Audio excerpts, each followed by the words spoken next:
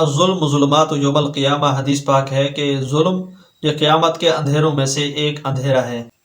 ہمارے معاشرے میں بہت زیادہ ظلم پایا جاتا ہے، انصاف کا کوئی نام نشان نہیں ہے۔ میں ان سے گلہ نہیں کرتا جو دین سے دور ہیں، میرا گلہ ایسے لوگوں سے ہے جو اپنے آپ کو دیندار کہلواتے ہیں اور دیندار لوگوں کی شکل و شبہات اختیار کیے ہوئے ہیں اور حج عمرے پڑھنے والے ہیں۔ ایسے لوگوں سے، یعنی جو بظاہر طور پر دیندار ہیں، ایسے لوگوں سے میرا ضرور گلہ ہے۔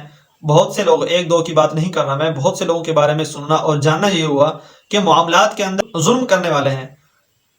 تو خدارا ایسے ظلم کرنے سے بچیں۔ اللہ کی عدالت میں ہم کیا منہ دکھائیں گے؟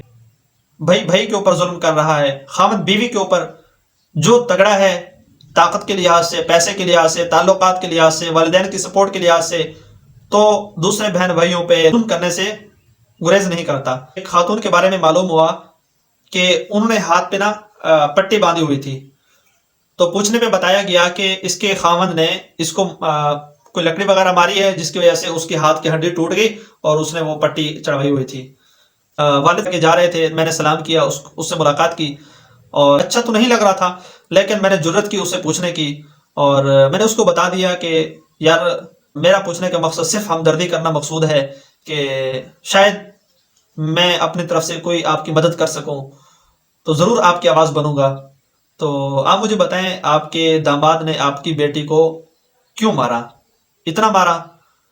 یقین جانے میرے کان سن نہیں سکتے تھے جب اس نے یہ بات کی۔